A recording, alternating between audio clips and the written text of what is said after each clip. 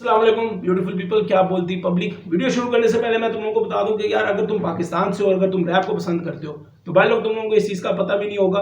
काफ़ी ऐसे गाने हैं जो JJ47 के आए हैं और भी बहुत से आर्टिस्ट के आए हैं पाकिस्तान के अंदर, जो कि तुम लोगों को पता ही नहीं है कि ये गाना इसने लिखा था, वो तुम्हें नज़र ही नहीं आता। उनके बहुत कम व्यूज़ हैं। तो इसी तरह अब आर्टिस्ट ने एक नया काम करना शुरू कर दिया हुआ है कि भाई जब आर्टिस्ट नया ग्रो हो रहा होता है तो साथ अपने आर्टिस्ट को, जैसे यंगस्टर्स ने अपने न्यू आर्टिस्ट को, न्यू कमर को सपोर्ट करना शुरू हो गया ताकि व्यूअरशिप अच्छी मिले। तो तैमूर बेग का गाना आया और उस्मान के साथ आया, वो एक मिक्स टेप है, एक नया आर्टिस्ट है, कमाल किस्म का आर्टिस्ट है, जाके जरूर सुनना, लिंक डिस्क्रिप्शन में है। अगर तुम्हें पसंद आ गया तो देखो तुम्हारी प्लेलिस्ट अच्छी हो जाएगी, और अगर ना पसंद आया तो कम से कम तुम लोगों को ये होगा कि तुम्हारी वाइब नहीं मैच हो रही और इतना कुछ मसला नहीं होगा। भाई एक क्लिक की तुम्हारा जाना है, तो भाई क्लिक करो और जाके जरूर सुनो, और मेरे ख्याल से प्लेलिस्ट तुम्हारी जबरदस्त होने वाली है बाबा जी। और क्या वीडियो शुरू भाई, अगला वीडियो शुरू, बढ़ो आगे। अभी तक नहीं तू गया ना, मैं खुद ही बंद कर देनी है।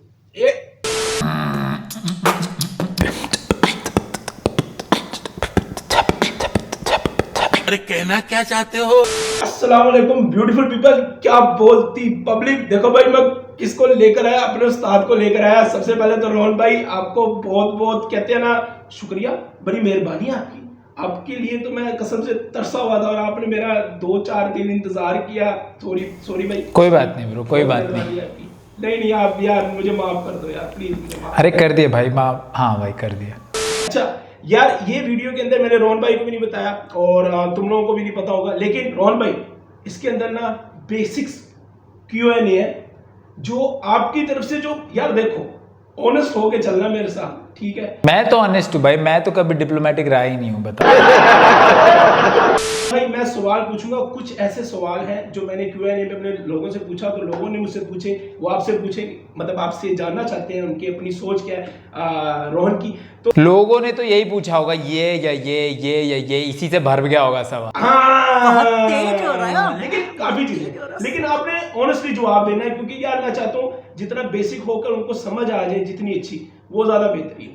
तो रोहन भाई सबसे पहले जो मेरा सवाल है वो ये है कि यार मैंने ना ये वीडियो स्टार्ट करने से पहले ना, पहले 10,000 मैंने ना YouTube के पेज खोले जो इंडियन और देसी हिप हॉप की। इतना ऑनेस्टली कैसे चैनल चला लेते हो? नहीं बस वैलिडेशन से इतना फर्क नहीं पड़ रहा आजकल। मतलब ऐसा नहीं है कि बेसिकली हेट कमेंट से मुझे उतनी दिक्कत नहीं होती है, बस वही एक रीज़न है। अच्छा, जितने भी लोग अपने आप को सेंसर कर रहे हैं वो ये हेट कमेंट से डर के कर रहे हैं। मुझे वो नहीं लगता कोई भी किसी भी फैन बेस से ना मेरे को डर लगता है, नहीं लगेगा। अच्छा। मैं अपना ओपिनियन बोलने के लिए अपना चैनल खोला है, इसी बेसिक्स में चलता हूँ मैं कि अपना ओपिनियन बोलूंगा, जिसको पसंद आ गया आगे, नहीं आई नहीं आई। अच्छा मुझे एक चीज बताएं, आपसे सारे लोगों ने ये सवाल तो जरूर किया होना कि भाई कृष्णा, हालांकि कृष्णा आपकी पुप्पो का बेटा तो नहीं है, लेकिन सबने पूछा, लेकिन कोई सवाल ये नहीं कर रहा कि रफ्तार किधर है। अच्छा हाँ, नहीं उससे तो उसकी आदत हो चुकी है। अच्छा, पब्लिक को आदत होगी। हाँ उसकी ना रहने की तो आदत हो चुकी है लोगों को। ये पायनियर एक तरह से, मतलब जो एक सर्कल बना हुआ है, जैसे एमीवे और रफ्तार, एक ऐसा बहुत बड़ा एक विजन है उनको देखकर। तो रफ्तार का एकदम रास्ते के बीच में गायब हो जाना या कमर्शियल में चले जाना, ये थोड़ा नाइंसाफी नहीं है फैंस के साथ? हाँ ऑफ कोर्स है, बट हैविंग, हाँ तो मैं बताता क्यों है। एंड मैं सेम नाइंसाफी किंग के लिए क्यों नहीं बोलूंगा कि किंग अपने फैंस के साथ नाइंसाफी क्यों नहीं कर रहा और रफ्तार क्यों कर रहा है। बिकॉज रफ्तार का मैक्सिमम सपोर्ट अगर आप देखोगे तो वो प्योर देसी हिप हॉप फैंस से ही आता है, ठीक है। और किंग का ऐसा है नहीं, किंग ने अपना विजन हासिल से पहले से ही ये बना के चला था कि मेरे को तो बस ज़्यादा से ज़्यादा लिसनर्स चाहिए, हिप हॉप से इतना कुछ फ़र्क पड़ता नहीं है उसको।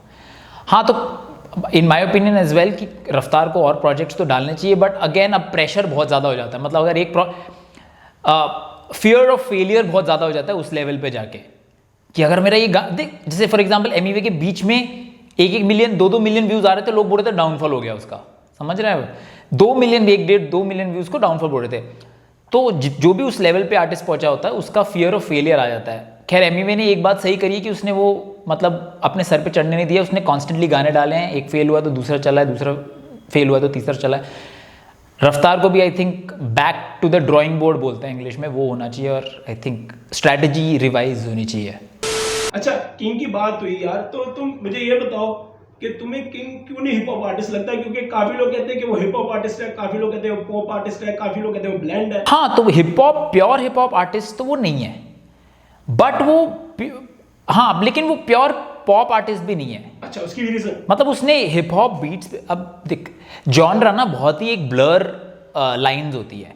फॉर एग्जांपल अगर एक गाने की बीट्स हिप हॉप है लेकिन उस पर अगर मेलोडिक गाना गाया जा रहा है तो क्या वो हिप हॉप है या पॉप है, कुछ कह नहीं सकते, समझ रहा है? तो ये इन सब छोटी छोटी जगहों पे लाइंस थोड़ी ब्लर हो जाती है।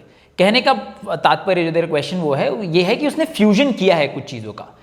He is mainly a pop artist but he also does hip hop. तो उसको प्योरली और रैपर बोलना भी सही नहीं होगा और उसको प्योरली ये तो पॉप ही करता है, जैसे प्रतीक कुहड़ वाली कैटेगरी में डालना भी सही नहीं होगा। मैं ब्लेंड वाले के साथ जाना चाहूंगा। अच्छा यार, एक बड़ी अजीब सी फनी सी चीज हुई जो तुमने भी देखी है। आज तक मैंने किसी भी आर्टिस्ट को कभी इतना हेट कभी जिंदगी में हिस्ट्री में नहीं देखा। और इंडिया के अंदर रिसेंटली एक ऐसा इंसान जो रील्स पे था जिसको लॉर्ड पुनीत कहते हैं, उसकी एक दिन का एपिसोड था और वो ऐसा आया और 3 लाख ऑलमोस्ट 300 के या कुछ करके MC स्टैन के फॉलोअर पांच गए। तो उसके गिरा दिए उसने। मतलब इतना हेट मैंने आज तक किसी आर्टिस्ट के लिए नहीं देखा।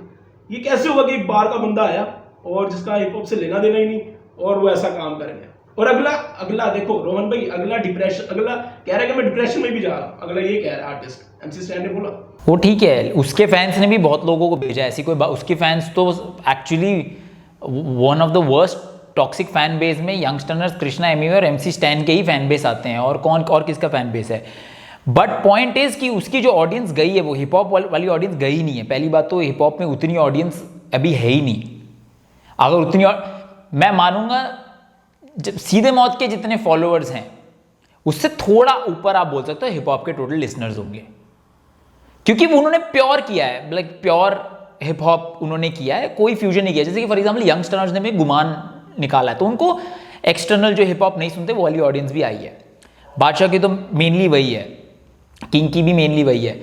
तो मैं कह रहा हूँ उतनी ऑडियंस है ही नहीं। स्टैन को ऑडियंस मिली है बिग बॉस से और एक्चुअली उसकी ऑडियंस है उसकी परसोना बेस्ड, उसकी म्यूजिक की ऑडियंस नहीं है। उसकी परसोना बिकता है, वो जिनको आइडियलाइज करता है उनका भी मैक्सिमम तरीके से। चलो लिल बेबी के तो कुछ अच्छे गाने हैं बट अगर आप उस ब्रांड ऑफ म्यूजिक को देखो तो आपको पता चलेगा कि उनके सिर्फ परसोना पे उनके गाने और उनका वर्क बिकता है। एक टाइम बाद उनका परसोना थोड़ा सा रिडंडेंट हो जाता है, हाँ भाई बहुत देख लिया, तो उसके गाने उसके बाद उन आर्टिस्ट चलने भी बंद हो जाते हैं। तो जो 4 लाख की बात कर रहे हैं वो आई थिंक बिग बॉस के फॉलोअर्स होंगे। और इंडिया को तो ऐसी एनीवेज बैंड वैगन में चलना बहुत पसंद है। अगर किसी को क्रिंज बुला दे तो पूरा देश क्रिंज बुलाता है, किसी को सर पे चढ़ाना होता है तो पूरा देश सर पे चढ़ाता है। यूट्यूब पे तो कोई इफेक्ट नहीं आएगा ना, की जाहिर बात है। ये तो सोशल मीडिया पे बस वक्ती खेल है, उससे ज्यादा कोई नहीं इतना बढ़ना। By 9 take 1। अच्छा भाई, एक सवाल इंडिया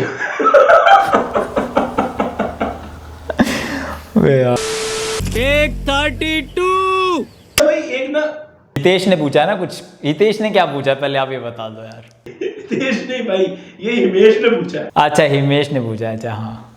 57। अच्छा भाई, हिमेश ने एक सवाल पूछा है। वो कहता है कि कलमकार का हो रहा है डाउनफॉल। ठीक है, डाउनफॉल से मुराद ये है कि भाई हंसना नहीं है। असल में गाइस ये मसला ये है, ये सवाल मैं तीसरी दफा पूछ रहा हूँ और ये कटेगा नहीं, ये बीच में आएगा। तो हिमेश ने पूछा है कि डाउनफॉल कलमकार का हो रहा है। नए अच्छे जो आर्टिस्ट थे, पुराने जो आर्टिस्ट थे वो जा रहे हैं और अभी ऋषभ कोला भी सीन हुआ और जो अभी आर्टिस्ट चल रहे हैं वो उतनी रीच ले ही नहीं पा रहे जो as compare to other labels. क्या कलमकार का एंड है या डाउनफॉल है? हाँ ब्रो, अब मतलब इट्स प्रीटी एविडेंट कि बहुत सॉलिड डाउनफॉल तो हुआ है in terms of numbers, in terms of reputation. Numbers तो चल आज गए कल, नंबर्स की डाउनफॉल को तो मैं डाउनफॉल उतना मानता भी नहीं हूँ, लेकिन जो रेप्यूटेशन की डाउनफॉल है दैट इज इमेंस। क्योंकि मतलब जो लोग गए भी हैं वो काफ़ी बिटर टर्म्स पे गए हैं। रश्मीत कौर, हरजस, किड शॉट, अब ऋषभ तो प्रॉपर सागा हुआ उनका टू एंड फ्रो वगैरह, which is like a very bad thing for label because label अपने रेप्यूटेशन पे चलता है।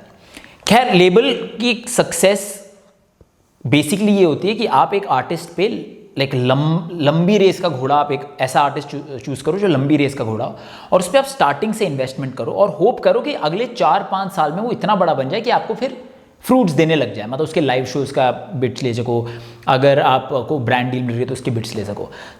और अगर आप 10 आर्टिस्ट ले रहे हो तो आप 10 में से 2 चल जाए तो आपका पैसा रिकूप हो जाएगा बेसिकली ये जनरल आइडिया ये होता है एक यंग आर्टिस्ट को सपोर्ट करने का या यंग आर्टिस्ट को लेबल पे साइन करने का। लेकिन ये बहुत ही मुश्किल काम है इंडिया में म्यूजिक लेबल चला के पैसे कमाना।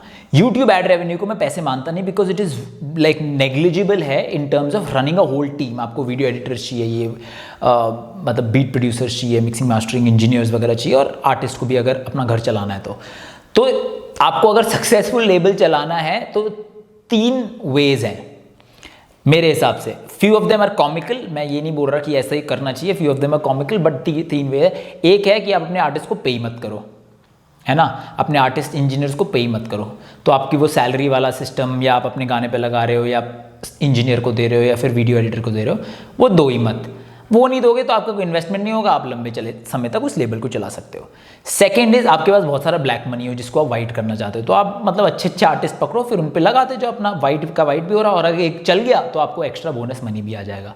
थर्ड इज अगर आपके पास सॉलिड फंडिंग हो बाहर वाले किसी लेबल से, जैसे बिग 3 हो गया, Warner music, Sony music, Universal, और इंडिया में तो टी सीरीज भी है। तो अगर आपके पास इन लोगों की बैकिंग है, Kalamkaar pretty much had none of these. तो एक दिन जितने भी उनके पास फंड्स थे, एक दिन फंड क्रंच हुआ और ऋषभ को सैलरी मिलनी बंद हो गई, विच इज़ वेरी, मतलब सैलरी मिलनी बंद हुई, दैट इज ओके, वो तो हर कंपनी के साथ होता है, बट जो उन्होंने लटका के रखा is where I find it to be a problem. मतलब ये खेल खराब हो रहा है। तो अगर एक मिसाल है अभी, क्या खाली कलमकार के लोगों ने सिर्फ कृष्णा को बैकबोन बना के रखा हुआ कि मतलब ये है तो बस चलेगा, लेकिन उससे वो कुछ है ही नहीं फिर लेबल, वो फिर लेबल हुआ ही क्या, वो तो फिर एक मैनेजमेंट कंपनी बन के रह गई।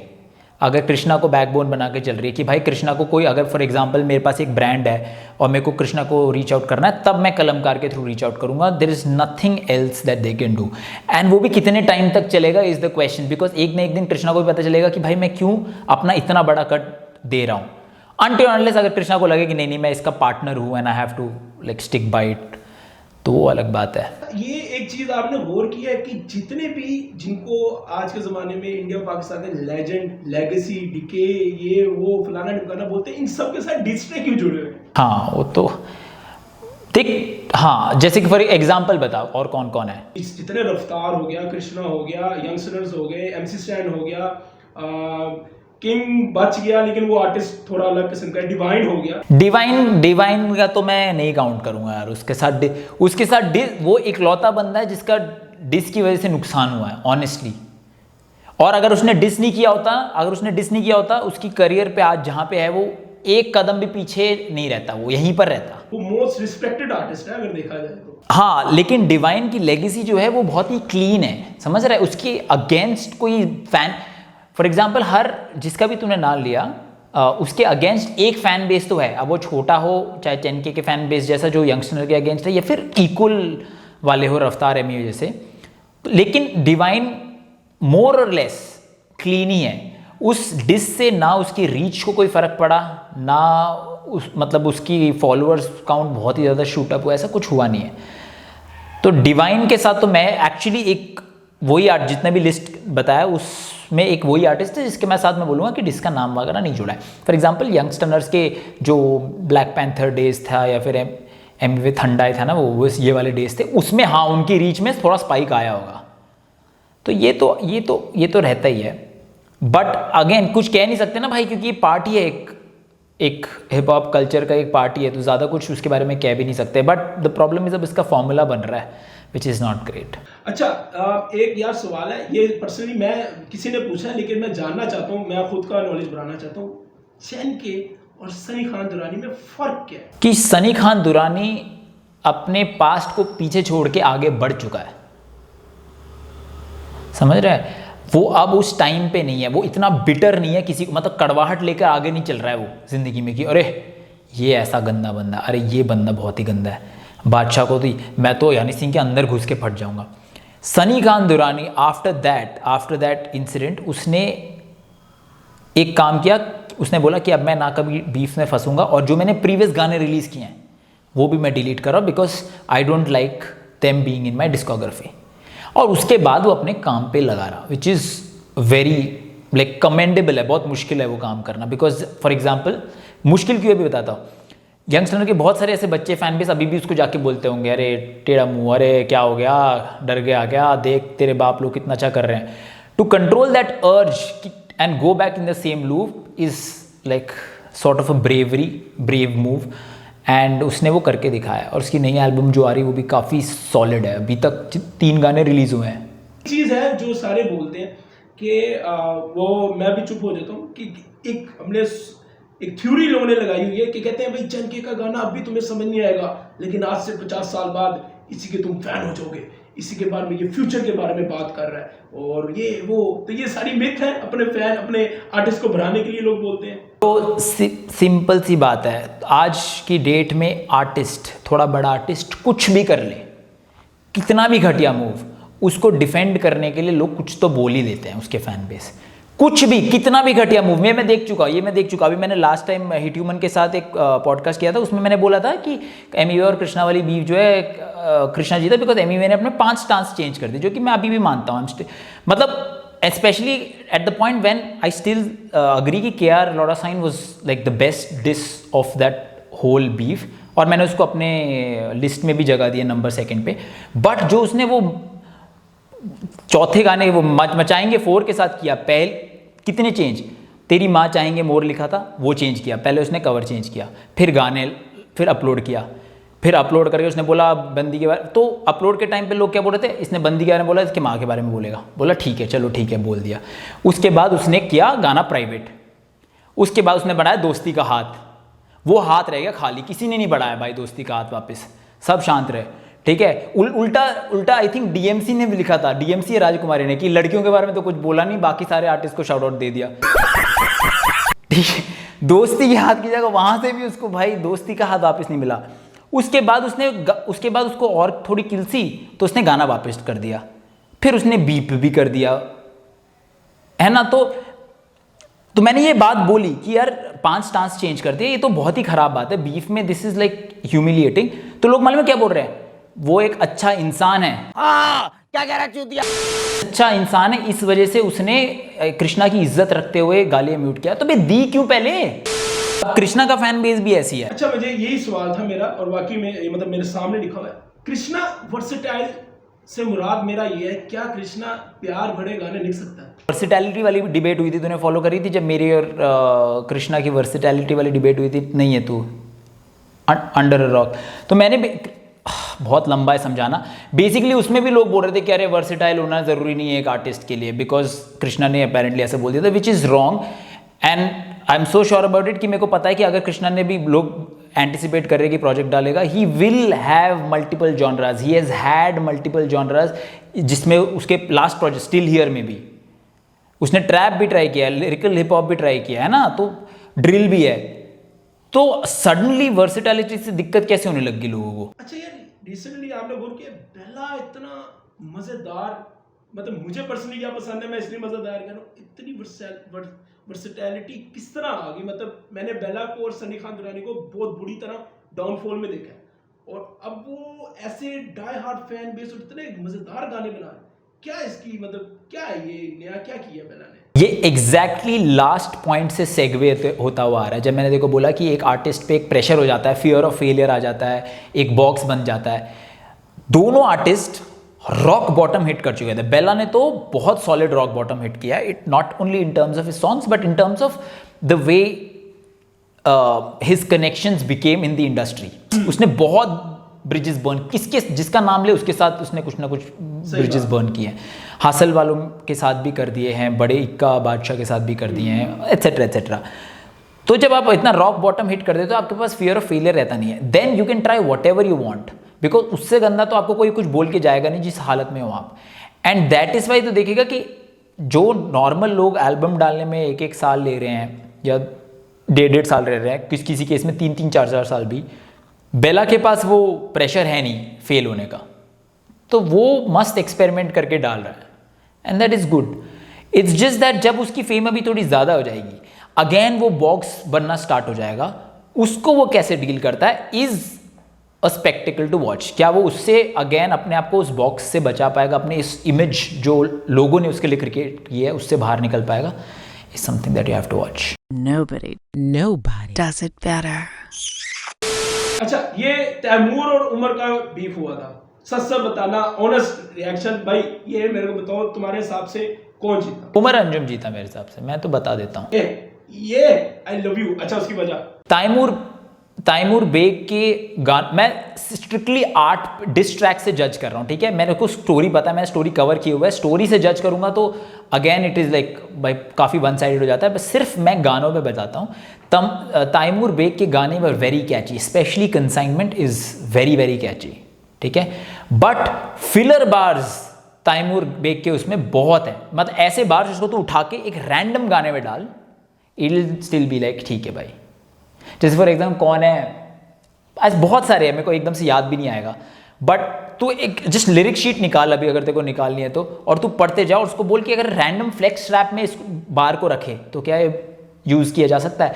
मोस्ट ऑफ द टाइम तेरे पास आंसर्स आएंगे हाँ। अच्छा, आप मुझे, सॉरी मैं बात काट रहा हूँ आपकी, आपके हिसाब से फैक्ट्स और फिगर पे रैप जीता जाता है या बार्स पे जीता जाता है? दोनों ब्रो, दोनों। तो आप फैक्ट्स और फिगर पे भी मानते हैं कि उमर अंजुम अच्छा? उनकी इंटरनल बहुत कुछ ज्यादा जानता नहीं, लेकिन जितनी जानता हूं उसके हिसाब से यस। मेरे भी ये सेम ही ये scene. But having said that also like मैं तैमूर बेग की उसकी गानों को कैची बनाने की जो क्वालिटी उस पर ज़रूर उसको कॉन्ग्रेचुलेट करना चाहूँगा, because consignment is the track that I have heard the most out of all the diss tracks. अच्छा यार, एक आर्टिस्ट अभी नया पुश हो रहा है, पुश नहीं कहूंगा, एक उसकी दरवाजे खुली जा रहे हैं, मुझे ये नहीं समझ आती, वो भी आर्टिस्ट, मैं कोई अब ये नेगेटिव बात नहीं कर रहा, लेकिन वो भी आर्टिस्ट बाकी आर्टिस्ट के लिए कुछ होता है ना, एक तो यूनिकनेस नजर आती है, जैसे MC स्टैन ने ये 5-6 बीटें मिक्स करना थी, लेकिन इंडिया के अंदर इस तरह नहीं था, ठीक है? कलमिंग करके एक आर्टिस्ट है और वो एकदम ऐसे बूस्टअप हो रहा है, लेकिन ऐसी चीजें मैं किंग की भी सुना हूँ, बेला की भी सुना हूँ, मैं इस तरह के मतलब और भी बहुत से आर्टिस्ट हैं जो कर रहे हैं, तो ये क्या कोई करमाती, कोई इसके ऊपर जादू है कि बस पब्लिक का भी ध्यान गया? किंग और कलमिंग को अगर हम कंपेयर करें, दोनों की जो स्ट्रेंथ्स है वो अलग अलग जगह पे लाई करती है हल्की सी, हालांकि वो गाने सेम चीज के बारे में बना रहे हैं, almost heart break, but king is king because of melodies, कलमिंग is because of lyrics. And lyrics से अगेन मेरा मतलब, हर बार जब मैं लिरिक्स बोलूँ इसका मतलब ये नहीं होता कि बार्स और मेटाफर्स कितने हैं, वो तो कलमिंग में नहीं है, लेकिन वो जब बोलता है तो बात लगती है, भाई मेरी स्टोरी बता रहा है क्या, वो वाली बात लगती है, हाँ रिलेटेबल लगती है। और वो तब आप सिर्फ तभी कर सकते हो, तो the only rule of being relatable is that you shouldn't try to be relatable. आप अपनी स्टोरी बताओ, आपकी स्टोरी जीने वाले दुनिया में लाखों लोग हैं, वो उनको ऐसा लगेगा भाई इसको ये कैसे पता चला, ये तो मेरे साथ ही होता था। सही। अच्छा यार, लास्ट सवाल है, ज्यादा टाइम नहीं जाया करेंगे, कभी मुठ मार कर रोए हो? अब ये क्या हालत है, ऐसे शौक तो नहीं रखते भाई हम, तेरे बारे में मेरे को आजकल बहुत पता चल रहा है, लेकिन चली ना मेरी की जलेगी, इसलिए रोता रहता था वीडियो पे, हैं? कम कर लिया कर, डिप्रेशन नहीं है वो, ये यही कमजोरी का नतीजा है, तू रोता रहता अपने वीडियो में।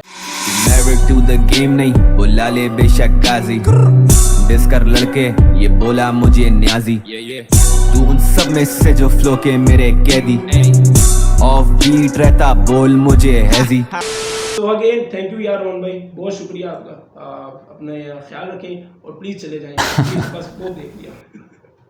ओके। मेरे नाम में है अंजुम, फिर भी गुरूर नहीं आता, सुजूद नहीं आता, अब सुकून नहीं आता। मेरे नाम में है अंजुम, फिर भी गुरूर नहीं आता।